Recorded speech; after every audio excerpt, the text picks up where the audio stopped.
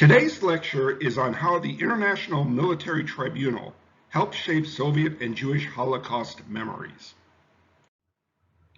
The International Military Tribunal, known as the IMT, held in Nuremberg, Germany after World War II, contributed to Soviet Holocaust memory as the relationship between Western allies and the Soviet Union played a key part in erasing the role the Soviets played in the creation of the transnational criminal proceedings and the advancement of human rights, as well as Jewish exceptionalism in the genocide.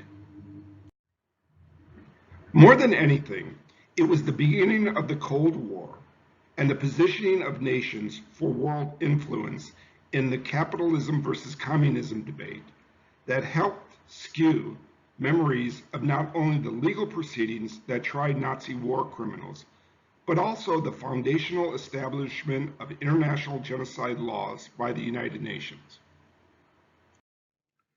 While the leadership of U.S. Supreme Court Justice Robert Jackson presiding over the Nuremberg trial still resonates in the historical memories of most Americans and their World War II Western allies, it was the Soviet Union that should be credited with calling for a special international tribunal for judging Nazi criminals. However, the Soviets' motivation was not as much altruistic as it was a means for establishing a legal claim for reparations needed to rebuild their country's shattered cities and industries. The four allies had vastly different war experiences, and they all came to Nuremberg with varying objectives. The French, for example, had to reckon with its legacy of wartime collaboration, and the new French government, beset by social and political fractures at home, was uncertain in how to move forward. It was only through efforts like that of Biet and Sergei Klarsfeld, who exposed Nazi criminals like Klaus Barbie and French collaborates, that forced the French people to confront its complicity in Nazi crimes. Needing America's assistance and protection, the British, who stood alone against the Nazis for 1 year during the war, was bankrupt and was concerned about losing global influence and its empire. The United States emerged from World War II an economic and military powerhouse, defending democracy and capitalism in a post-war world.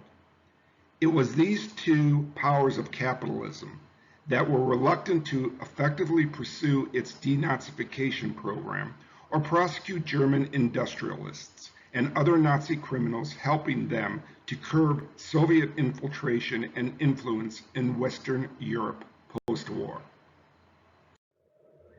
That job was left to individuals such as Simon Wiesenthal, a Holocaust survivor who dedicated his life to evidence gathering and documentation of the genocide, which led not only to criminal prosecutions of Nazi criminals, such as Nazi SS officer Adolf Eichmann, who in 1961 was tried by the Nation of Israel in Jerusalem and later hung, but the establishment of Holocaust memory throughout the world. As the world's communist beacon in 1945, the Soviet Union suffered the most of all Allied nations in the war during German occupation, and were determined to take its rightful place at the table of the victors by seeking judicial revenge on Nazi war criminals and reparation from the German people. While the Allies came to Nuremberg with the intent of using the trial to put forth their own history of the war and to shape the post-war world to their liking, different political systems, legal traditions, and jurisprudence created competing ideas about basic matters such as evidence, witnesses, and the rights of the defendants. The Soviet Union came to Nuremberg with the idea of conducting a show trial, similar to what its judicial system was accustomed to under Stalin's authoritarian rule, where all defendants would be sent to the gallows following a sham trial.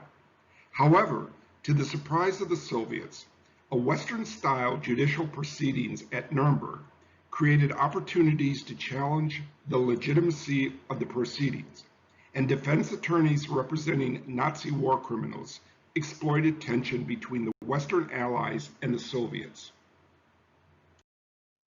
While the IMT set the stage for the Holocaust narrative, as Jewish persecution became a consistent theme, the trial was not actually about the Holocaust. Prosecutors presented considerable evidence about the mass murder of Jews. However, the official policy of the Soviet Union was, do not divide the dead. In the Soviet narrative, all Soviet people had suffered equally. The Jewish uniqueness of the Holocaust was minimized by the Soviets, despite the submission of evidence showing mass extermination of Jews by Nazis in German-occupied areas of the Soviet Union.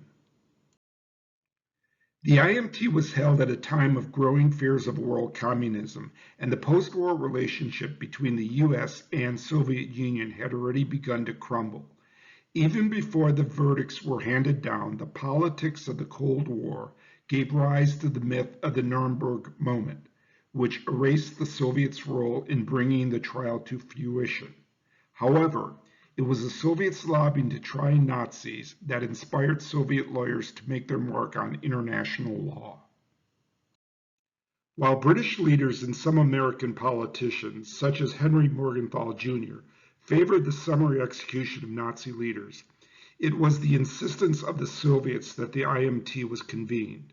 However, the Soviets did not expect the defendants would be allowed to challenge evidence, call witnesses, or to counter accusations, nor did the Soviets anticipate that the other allies would have differing opinions on how the trial should proceed.